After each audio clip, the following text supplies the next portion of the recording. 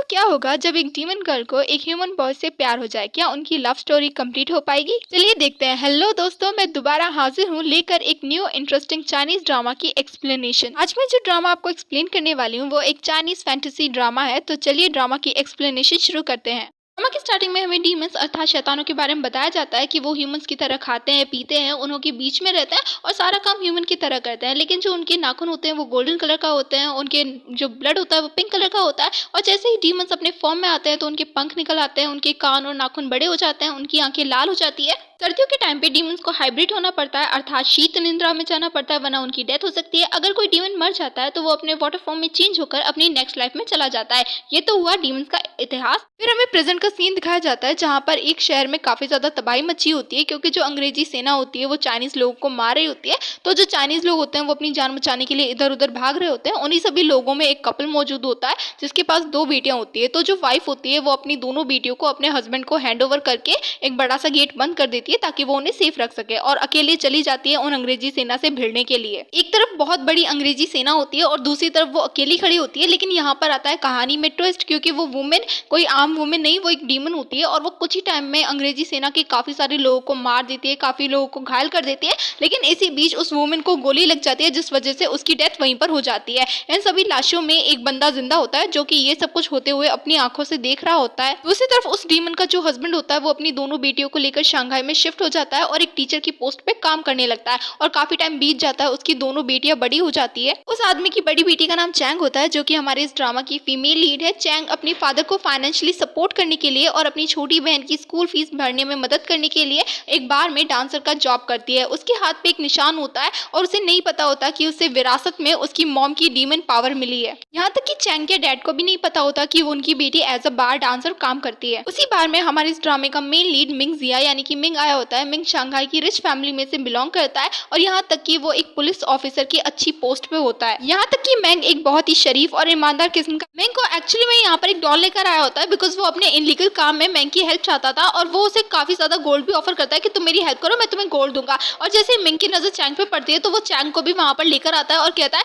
कि तुम जो हो इस लड़की के साथ जो चाहे वो कर सकते हो। इस बात पर चैंग को गुस्सा आ जाता है और वो डॉन से कहती है तुम ये डिसाइड करने वाले होते कौन हो। फिर चैंग वहाँ से जाने लगती है तो जो डॉन होता है वो चैंग पर अपनी गन तान देता है और कहता है कि तुम्हारी हिम्मत कैसे हुई मेरे ऑर्डर्स को डिसओबे करने की। और डॉन चैंग को शूट करने वाला होता है, लेकिन जो मैंग है वो डॉन को रोकता है। तो जो डॉन है उसका दिमाग खिसक जाता है और वो चैंग को छोड़कर मैंग पर गन तान देता है और कहता है मैंने तेरे को इतने अच्छे ऑफर दिए और तूने दोनों की दोनों ही ठुकरा दिए, पहले तो मैं तुझे मारूंगा। लेकिन जो मैंग होता है वो पुलिस ऑफिसर की काफी अच्छी पोस्ट पे होता है, इसीलिए उसके एक ऑर्डर पर डॉन के जितने भी बंदे उसकी हेल्प के लिए आए होते हैं वो डॉन का साथ छोड़कर मैंग का साथ देते हैं और वो डॉन के सर पे अपनी गन तान देते हैं। और जो मैंग होता है वो डॉन को वार्न करके चैंग को अपने साथ बाहर ले आता है। बाहर आने के बाद चैन मैंग से कहती है ओए मैं ऐसी वैसी लड़की नहीं हूँ और घूर के क्या देख रहा है, कभी सुंदर लड़की देखी नहीं तूने। चैन की ये सारी बातें सुनकर मैंग हंसने लगता है और चैन को थोड़ा बहुत भाषण देने के बाद कहता है मैडम जी अभी मैंने आपकी जान बचाई है। मैंग चैंग के लिए रिक्शा बुलवाता है और चैंग को उस रिक्शे में बिठाता है। यहाँ तक कि मैंग अपना कोट भी चैंग को देता है ताकि वो अपने आप को कवर कर सके।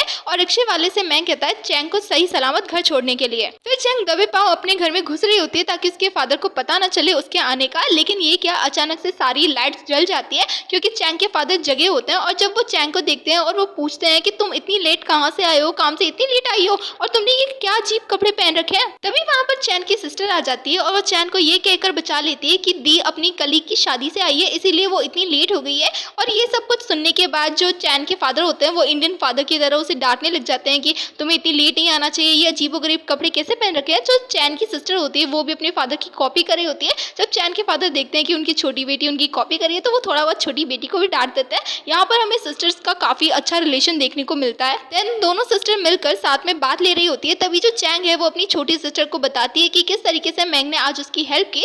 तभी चैंग के जो बॉडी का मार्क होता है वो चमकने लगता है और अचानक से बाटअप टूट जाता है क्योंकि शायद चैंग के विंग्स निकल आए होंगे। दोनों सिस्टर ये देखकर शॉक हो जाती है। नेक्स्ट डे चैंग मिंग का कोट लेकर उसे वापस रिटर्न करने के लिए जाती है, लेकिन उसे मिंग नहीं मिलता। तो चैंग मैंग के कोट का काफी अच्छे से ध्यान रखती है। चैंग अपने बेड पे सोई होती है। मैंग चैंग के घर आता है और चैंग को नींद से उठाता है और उससे पूछता है क्या तुमने मुझे मिस किया। देन मैंग चैंग को किस करता है, लेकिन इन रियलिटी ये सब चैंग का सपना होता है और वो एक्चुअल में अपनी सिस्टर के शोल्डर को बाइट कर रही होती है। उसी सुबह चैंग की बहन अपने घर के बाहर रो रही होती है बिकॉज उसे अमीरों की पार्टी में जाना होता है, लेकिन पैसे होने के बावजूद भी उसे वहाँ का टिकट नहीं मिलता। लेकिन रात के टाइम पे चैंग कुछ ना कुछ करके अपनी बहन को ट्रिक करके उस पार्टी के अंदर लेके जाती है। लेकिन वहीं पर चैंग की बहन को कुछ लड़कियां मिलती है जो उसे काफी ज्यादा ह्यूमिलिएट करती है, उल्टा सीधा सुनाती है और काफी बुरा भला भी कहती है। चैंग भी ये सब सुन लेती है और अपनी बहन के पास जाकर उन लड़कियों से कहती है कि तुम मेरी बहन को ये सब कुछ नहीं कह सकती, क्या तुम लोग जानते हो कि मेरी बहन काफी अच्छा डांस कर लेती है। फिर चैंग अपनी बहन को डांस करने के लिए लेकर जाती है। स्टार्टिंग में वो दोनों साथ में डांस करती है, लेकिन जब चैंग की बहन अकेले डांस करती है तो वो इतना ब्यूटीफुल डांस करती है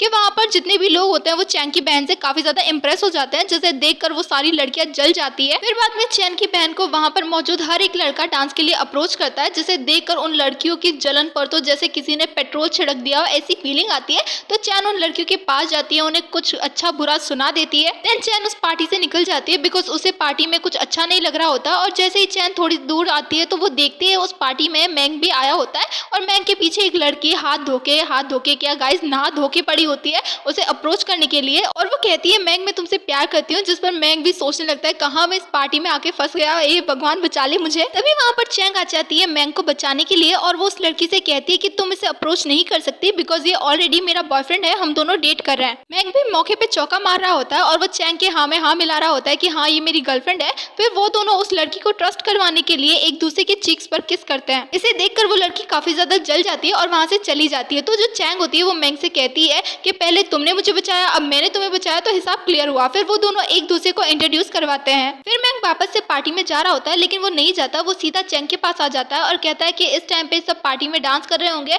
और मुझे डांस नहीं आता बिकॉज मैंने बचपन में इसीलिए डांस नहीं सीखा क्योंकि जो लड़कियां होती है वो डांस करती हैं। फिर चैंग मैंग को एक ऐसी जगह पर लेकर आती है जहाँ पर ज्यादा भीड़ भाड़ नहीं होती है, ज्यादा लोग नहीं होते, और वहाँ पर वो मैंग को डांस सिखाती है विद अ गुड कन्वर्सेशन और दोनों यहाँ पर बहुत ही अच्छा क्वालिटी टाइम स्पेंड करते हैं। नेक्स्ट मॉर्निंग चैन को उसके फादर से काफी ज्यादा डांट पड़ती है बिकॉज उसके फादर को पता चल गया होता है कि चैन बार में एज अ बार डांसर काम करती है और उन्हें ये काम बिल्कुल पसंद नहीं आता। वो कहते हैं कि अच्छे घर की लड़कियां इस तरह के काम नहीं करती और वो चैन को अपने रूम में मतलब उसके रूम में बंद कर देते हैं। यहाँ तक कि वो चैन की छोटी बहन को भी वार्न कर देते हैं अगर तूने अपनी बहन की मदद की यहाँ से निकलने में तो मैं तुझे भी इस रूम में बंद कर दूंगा। तो उसी तरफ मैंग चैन का वेट कर रहा होता है बिकॉज चैन ने उसे प्रॉमिस किया होता है कि वो उससे मिलने के लिए आएगी। तो चैन भी अपना मन बना चुकी होती है कि उसे जाकर मिंग से मिलना है और वो ट्रिक करके अपने घर से भाग जाती है। चैंग जब अपने घर से भागकर उस ब्रिज पर मिंग से मिलने के लिए जाती है तो वहाँ पर मिंग नहीं होता, तो उसे लगता है कि वो जा चुका है। लेकिन मिंग अचानक से चैन के सामने आ जाता है। चैंग मिंग को बताती है कि आई एम सॉरी, मैं तुम्हें डांस नहीं सिखा सकती